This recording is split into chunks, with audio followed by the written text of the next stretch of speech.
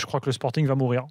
C'est malheureux pour ce club, qui est un club historique du foot français, qui était en finale de Coupe d'Europe, qui à une certaine période, alors pour les plus jeunes ça leur dit peut-être rien, mais à une certaine période, voilà, Bastia ça faisait rêver. Il y avait un truc magique avec ce club, le maillot bleu, avec la tête de mort, des joueurs qu'on voyait là, qui étaient des mecs moyens et puis qui sublimaient avec non, même avant, les Orlanducci, enfin toute cette bande-là de joueurs corses du cru qui sont les types qui peut-être, s'ils avaient vécu sur le continent, seraient peut-être même pas devenus professionnels pour certains. Bien sûr. Orlanducci, c'était autre chose, c'était du très très lourd, mais bref, ça fait partie de l'histoire de notre foot. Il y a eu le film de Jacques Tati, rappelez-vous, sur la finale de 78. Bref, ça fait partie du patrimoine du foot français. Et aujourd'hui, par l'intermédiaire d'une bande de cons, ce club va mourir. Le Bayern doit marquer 3 buts s'il veut se qualifier. Parce que le Real va marquer. Parce que le Real a marqué lors des 54 derniers matchs qu'il a disputés.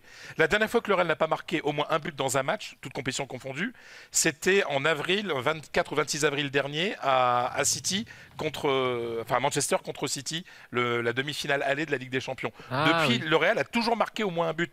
Alors, c'est pas simplement une question de statistique, c'est une question que cette équipe a des joueurs tellement fabuleux. Mais en plus, quand tu prends l'équipe, l'effectif, qui est composé de 21 joueurs de champ et de 3 gardiens, sur les 21 joueurs de champ, il y a 20 joueurs, il n'y a que Coentrao qui n'a pas marqué au moins un but cette saison.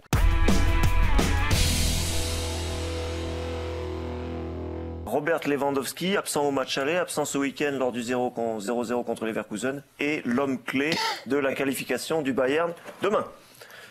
Voilà, c'est l'homme clé. Alors après, Fred a sorti une ou deux statistiques, donc je vais le faire moi aussi, et ce sera digeste, rassurez-vous. Lewandowski a marqué 38 fois en 40 matchs avec le Bayern, donc il peut marquer un but à chaque match, hein, ça c'est déjà une première chose. Il a marqué 5 fois en 5 matchs contre le Real Madrid, et il a marqué 105 buts en 140 matchs avec le Bayern. Alors Fred pourrait m'arrêter tout de suite parce que dans les 5 buts en 5 matchs contre le Real, il y en a eu 4 en une seule fois. Avec Dortmund. Avec Dortmund en demi-finale 2013.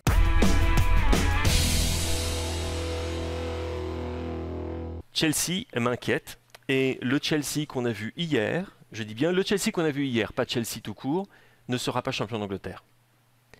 Et tu peux oublier les 4 points d'avance. Tu peux oublier le fait qu'il n'y a plus que 6 matchs à jouer et qui, sur le papier, sont des matchs plus faciles pour Chelsea que pour Tottenham. Quand tu vois l'état mental et physique de cette équipe de Chelsea, tu te poses beaucoup de questions. Si ça n'était pas Antonio Conte, qui est quelqu'un qui a énormément de ressources, qui est un tacticien super intelligent, un entraîneur de très grande qualité, je me dirais, oulala, ça sent très mauvais.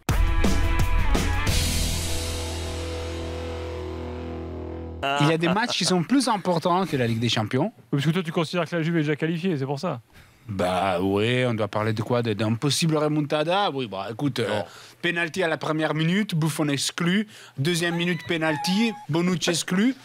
Et là, oui, c'est possible de voir un remontada dans le foot, c'est possible. Non, je commence à y croire d'un coup, là. Ouais, moi, j'y croyais pas déjà. En Italie, on parle beaucoup d'arbitres. Chiellini qui mord sur un carton rouge, c'est qui l'arbitre? Qui perce, néerlandais, avec qui la Juve n'a jamais gagné un match. Donc, attention. C'est vraiment la grosse alerte en Italie. C'est dangereux. Je vais te